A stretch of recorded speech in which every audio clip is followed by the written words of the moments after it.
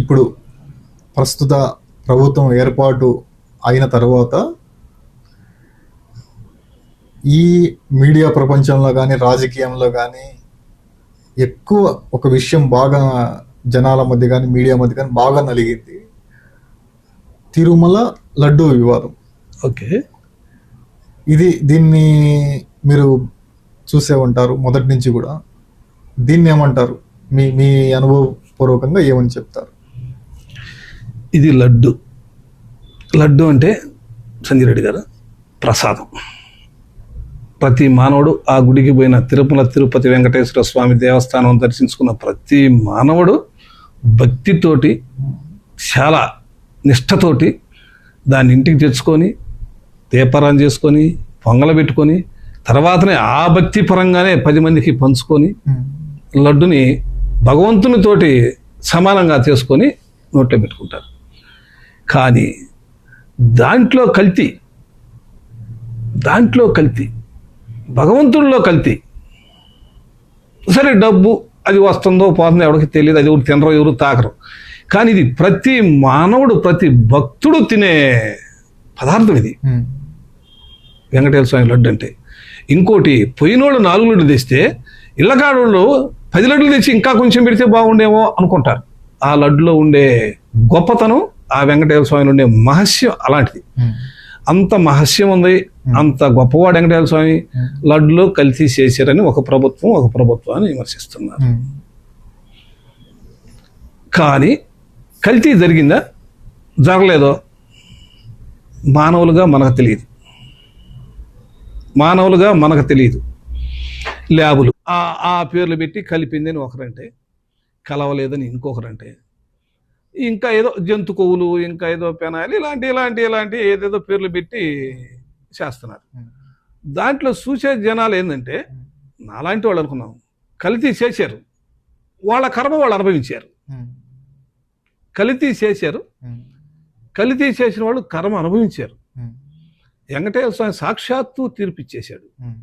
వాళ్ళని వదిలేద్దాం, వాళ్ళ కర్మ వాళ్ళది, దేవుడు చూసుకున్నాడు, మనం నిష్టగా చేద్దాం, మనల్ని దేవుడు కాపాడతాడు, మనల్ని దేవుడు మనవెన్నో అంటుంటాడు, మనల్ని రక్షిస్తాడు, మనం నిష్టగా చేద్దాం అనుకోవాలి. కానీ ఏదో సింపుల్గా కాకపోతే చేసి ఉండొచ్చు అనుకో, ఎవరికి సింపుల్గా చెప్పేసి చేసుకోవచ్చు. కానీ దాన్ని రాజ్యాంతం చేసుకోవటం, దానికాడ తన్నుకోవటం, దానికాడ వీటి వల్ల వచ్చేది ఏముంది?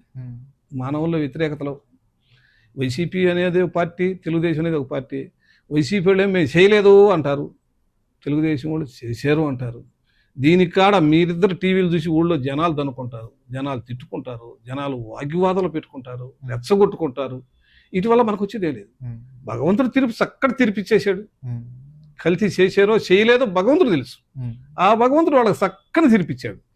ఆ తీర్పు ప్రకారం కూడా నడిస్తే కొంచెం ఏమన్నా బెటర్ ఏమో అన్నట్టు. లేదు, ఒకసారి మీరు ఆ ల్యాబులకు వాటికి పంపించారు, చూపించారు, ఉందను సరే, కానీ కోర్టు పని కోర్టు చేసుకుంటుంది, ప్రభుత్వం పని ప్రభుత్వం చేసుకుంటుంది అని ఒక పార్టీ ఊరుకున్నా పర్లేదు. లేదు, రెండో పార్టీ కర్మ చేసామో తగిలిందో, చేసి తగిలిందో మాకు తగిలింది, జనాలకు కనపడుతుంది అంటే తగిలిందంటే మేము ఓడిపోవడమే, మేము అన్యాయం చేసామని అలాగని అనుకోండి. అది మీ ఇష్టం వచ్చిన శిక్షలు వేసుకోండి, మాకు మేము శిరస వహించి మీ శిక్షలకు మేము బానిసలు అవుతాం. మళ్ళీ ఉంది, ఈ రాజకీయం అనేది శాశ్వతం కాదు, మళ్ళీ ఉంది. మేము చేయకుండా మాకు మీరు శిక్షలు వేస్తే ఆ దేవుడే మిమ్మల్ని చూస్తాడు. మళ్ళీ ఉంది, అయిపోలేదు, మళ్ళీ ఉంది, దమ్మటమ్మట వచ్చేది. ఇది రొటీనే, ఇది వెన్నెలా పౌర్ణమి లాంటిదే. ఇది అచ్చం చీకటి ఒకటి పక్క ఉండదు, వెన్నెల ఒక పక్క ఉండదు. అందువల్ల ఈడైనా కొంచెం దాన్ని అంతగా రచ్చ కొట్టుకోవటం, తిట్టుకోవటం, జనాలందరూ ఒకరికొకరు ఎలిగేషన్లు లేపుకోవటం, దానివల్ల ఓళ్ళల్లో, టీవీల్లో, సెల్లుల్లో, యూట్యూబుల్లో అన్నిట్లో రకరకాలుగా పెట్టుకోవటం, ఈ అంత కరెక్ట్ కాదేమో. అలా వీళ్ళైనా ఊరుకొని వెళ్ళిపోయిద్దేమో, వాళ్ళైనా కొంచెం సర్దుకున్న భగవంతుడు ఉన్నాడు అనే నమ్మకం మన ఆత్మలో ఉంది కదా, ఆ భగవంతుడే చూసుకుంటాడు. మనం అనుకుంటాం, మన మానవుడుగా భగవంతుడు చూశాడు, వాళ్ళు అన్యాయం చేశారు, వాళ్ళు ఇబ్బంది పడ్డారు అని మనం అనుకుంటున్నాం. నెక్స్ట్ మనం ఎట్టుంటాం, వాళ్ళని అన్యాయంగా అన్నాం అనుకో, మనం లేకుండా మనం ఎట్టుంటాం? భగవంతుడు ఎవరు ఎలా చూస్తాడో తెలియదు. భగవంతుడు చూస్తాడు అని భగవంతుని నమ్మిన వాళ్ళు శాయస్ భగవంతుడికే వదిలేయాలి. అవును, మనం తీసుకోకూడదు. భగవంతుని నమ్మలేదు నువ్వు, నోటితోటి మాటలు దేవుడు అని చెప్పి మనసుతోటి ఆడే ఉందా రాయే కదా నువ్వు అనుకున్నావు అనుకో, ఇక మీ ఇష్టం, దానికి ఎవరేం చేయలేరు. మీరు కొట్టుకొని సావండి, తన్నుకొని సావండి, కేసులు పెట్టుకోండి, కోర్టులకు వేసుకోండి, ఇక రకరకాల ఇబ్బందులు పెట్టుకోండి, రకరకాల వాయిస్లు పెంచుకోండి, రకరకాల డైలాగులు వేసుకోండి, సినిమా డైలాగులు వేసుకోండి, నాటకాల డైలాగులు వేసుకోండి, లేకపోతే మానవ డైలాగులు వేసుకోండి, ఏదైతే మీ ఇష్టం. దానికి అంటే అలాంటి వాళ్ళు కొంతమంది మా మనసులో ఉన్న మాట ఒకటి ఇలా చెప్పేది కరెక్టో రైటో మాకు తెలియదు. ఇలా మనం ప్రజలకు ఏం చేద్దాం, ఈ ఈగోలు, లడ్డులు, ప్రసాదాలు, నెయ్యి, ఈ ఈగోలను పక్కన పెట్టుకొని ప్రజలకు ఏం చేద్దాం. ఎక్కడ అన్యాయం జరుగుతుంది ఆ అన్యాయానికి న్యాయం చేద్దాం. ఎక్కడ ఏ రూట్లో ఇబ్బంది పడుతున్నారు వాళ్ళు, ఆ ఇబ్బందిని మనం ఆదుకుందాం. మనకు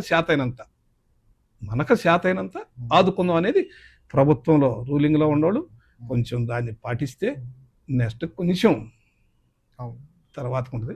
ఇప్పుడు ఒకసారి అటు ఒకసారి ఇటు జరుగుతుంటుంది. దాన్ని చూసుకొని ఎవరు అంత ఇది కావాల్సిన పని లేదు.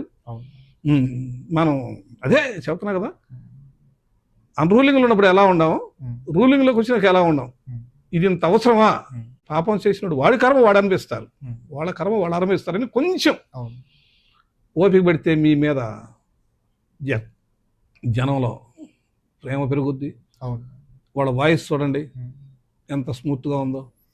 అవతల వాళ్ళు తప్పు చేసినా ఓర్పుని ఇది చేస్తున్నారు అని చెప్పేది మన పెద్దవాళ్ళు మాట చెబుతారు, తన కోపమే తన శత్రువు అని. ఆ శత్రువుని తీసేసుకుంటే రాజకీయంలో కూడా కొంచెం బాగుంటుందేమో అని నాకు మీ అభిప్రాయం. నా మనసు అలా చెబుతుంది, నా అభిప్రాయం అది. అంతే సంజయ్ రెడ్డి గారు. ఇంకా అంతకన్నా అలాంటి గురించి నేను ఇంకేం చెప్పలేను, ఏం మాట్లాడలేను. మొత్తానికి ఏంటంటే దుమ్మెత్తి పోసుకోవడమే మనకు పూర్తి కన్ఫ్యూజ్ చేసేస్తారు. కన్ఫ్యూజ్ కాదు, జనంలో కూడా ఇబ్బందులు.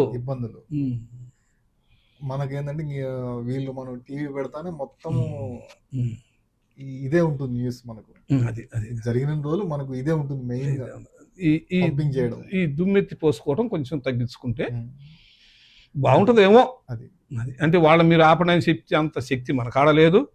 మనం చేస్తే వాళ్ళకి చెప్పే ఇదే లేదులే మన కాడ. వాళ్ళతోటి మాట్లాడే స్తోమత వాళ్ళకి చెప్పే అంత మన కాడ లేదు. మనం మానవులం కాబట్టి ఏదో మనకు తెలిసిన మాటలు 4 చెప్పుకుంటాం. అది ఇక ఎలా ఉంటుంది అది. మెయిన్ ఏంటంటే మనకేంటంటే మనం పల్లెల్లో మనకు పశువులు ఉన్నాయి, మనము నెయ్యి ఏ రేటుకి అమ్ముతామో తెలుసు. ఆ రేటు కన్నా తక్కువకి ఎట్లా ఇవ్వగలరు, ఎంత మ్యాక్సిమం అంటే ఎంత ప్రొడ్యూస్ చేయగలరు, ఎంత మనం వాళ్ళకు ఈ చెప్పండి గోశాలని అవి ఎన్ని ఉన్నా కూడా ఎంత కష్టపడితే ఆ నెయ్యి వస్తుంది.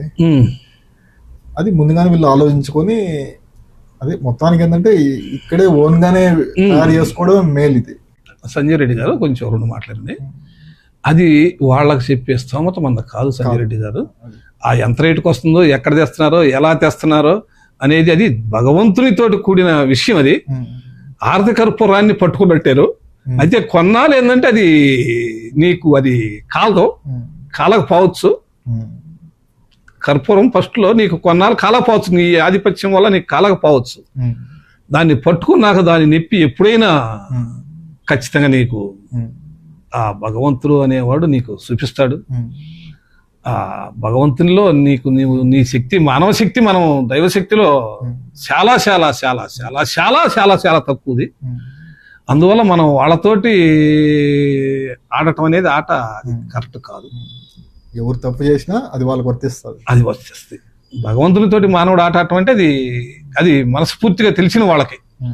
ఇది తెలియని వాళ్ళైతే అది రాళ్లే కదా, అక్కడే ఉంది పూజారులే కదా, అది మానవుడు పెట్టిన రాయే కదా, అది ఏదో రాజు పెట్టిన గుడే కదా అనుకుంటే వాళ్ళ కర్మ వాళ్ళు ఏదో ఒక రూట్ లో అది తప్పదు. జగజ్జంత్రిలో ఇంకా అది చేయగలము. అదే సంజయ్ రెడ్డి గారు. ధన్యవాదాలు.